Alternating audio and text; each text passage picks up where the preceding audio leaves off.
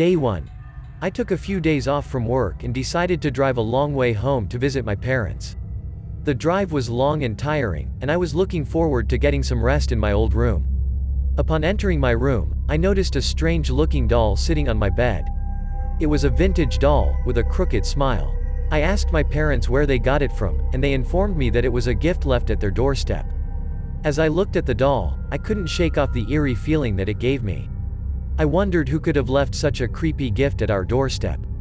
Nevertheless, I tried to push it out of my mind and went to bed, hoping for a good night's sleep after the long drive. However, as I lay down, I couldn't help but notice the doll staring back at me with its lifeless eyes. Its crooked smile seemed to be mocking me, and I couldn't shake off the feeling that something was not right. I decided to cover the doll with a white sheet, hoping that it would help me forget about it and get some sleep. As I closed my eyes, I felt the weight of the long drive catching up to me, and I fell into a deep sleep. Day 2. The next morning, I woke up feeling refreshed, but as soon as I opened my eyes, I felt a sense of dread wash over me.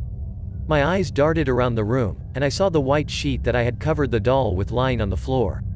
I sat up in bed, feeling a chill run down my spine as I realized that the doll was no longer covered. My heart pounding, I slowly turned my head towards the corner of the room, and there it was, the creepy doll, sitting there and staring back at me with its lifeless eyes. I couldn't believe what I was seeing. It was as if the doll had moved by itself. I rubbed my eyes, thinking that I must be imagining things, but the doll remained in its place. I got out of bed and walked towards it, feeling a strange sense of foreboding. As I approached the doll, it seemed to stare back at me, its crooked smile sending shivers down my spine. I picked up the doll, wondering how it had ended up on my bed, but there were no answers. The atmosphere in the room felt tense and oppressive, and I couldn't wait to get out of there. Throughout the day, I couldn't shake off the feeling that something was off. I tried to stay away from the doll as much as possible, but every time I looked in its direction, I felt a sense of fear and unease. That night, I had a dream about a little girl around 5 years old. She was playing and laughing, hugging me tightly. I woke up feeling warm and comforted, but as I opened my eyes, I realized that I was hugging the doll. The thought sent a shiver down my spine, and I felt like the doll was somehow controlling my thoughts and emotions. Day 3. The next morning, I woke up feeling groggy and disoriented. I could hardly remember the details of my dream from the previous night, but the doll was still there, staring back at me from the corner of my bed. The unease that I had felt the day before had intensified, and I couldn't shake off the feeling that something was wrong. My parents noticed that I seemed tired and asked if I had been staying up late at night.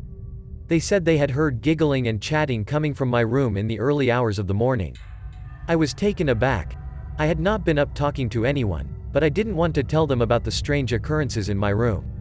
As the day wore on, I could feel the atmosphere in the house becoming increasingly oppressive.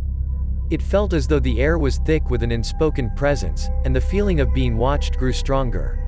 That night, I decided to cover the doll with a white cloth again, hoping that it would help me sleep. As I lay down, I could feel my eyelids getting heavy, but something felt off. The room was too quiet, and I felt like the doll was still staring at me from underneath the cloth. As I drifted off to sleep, I felt a sense of unease settle in my chest. Suddenly, I was jolted awake. The white cloth was moving, as if being lifted by a breeze. I sat up, feeling disoriented and confused, and watched in horror as the white cloth fell to the ground. The doll was sitting at the corner of the bed again, staring back at me with its lifeless eyes. The fear that I had been feeling over the past few days intensified, and I could feel my heart pounding in my chest. It felt like the doll was watching my every move, waiting for me to make a mistake. I knew that I had to get rid of it, there was no other way. Day 4. I woke up early the next morning, feeling tired and drained. The events of the past few days had taken a toll on me, and I couldn't shake off the feeling of unease that had settled in my chest. I knew that I had to get rid of the doll. It was the only way to put an end to this nightmare. I decided to take matters into my own hands and throw the doll away. I went to the window and waited for the rubbish collector to come. As soon as I saw the truck, I quickly opened the rubbish chute and threw the doll down. I watched as it tumbled down the chute and disappeared into the darkness. As I turned to walk back to my room, I felt a chill run down my spine. It felt like something was watching me, and I turned around to see the doll sitting on my bed again. My heart sank, and I felt a sense of dread wash over me. How was it possible? Had I imagined throwing it away? Or had it somehow found its way back to me? I knew I had to act fast. I picked up the doll and headed towards the rubbish chute again, determined to get rid of it for good. I was determined to make sure that the doll was gone for good this time.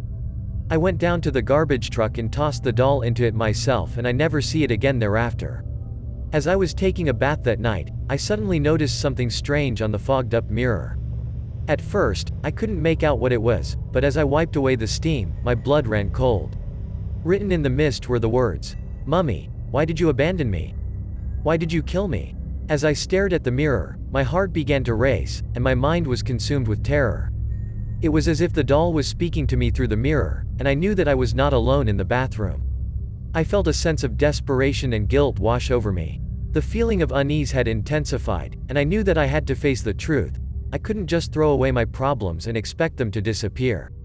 I had to confront my past and make amends. I remembered a painful memory from my past, a memory that I had buried deep inside me. It was the memory of the day when I had an abortion. I had been only 18 years old, and I had been too scared to face the consequences of my actions.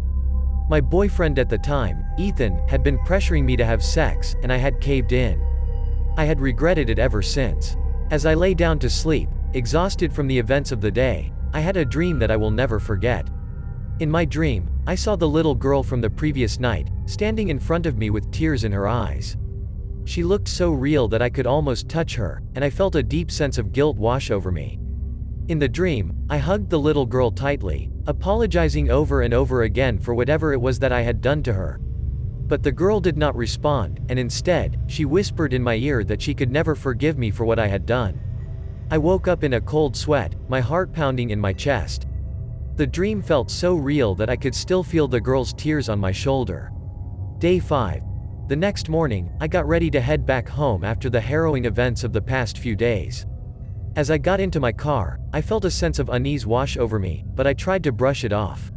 However, as I began to drive, I felt like someone was watching me, and when I glanced in the rearview mirror, I saw the doll sitting on the backseat, staring at me with its lifeless eyes. I felt a shiver run down my spine, and I lost control of the car. The next thing I knew, I woke up in a hospital bed, my body aching with pain. The doctors told me that I had a few fractured bones and that I was lucky to be alive. But all I could think about was the doll, and I wondered how it had ended up in my car. The doll was never found again, and no one knew what happened to it after the accident.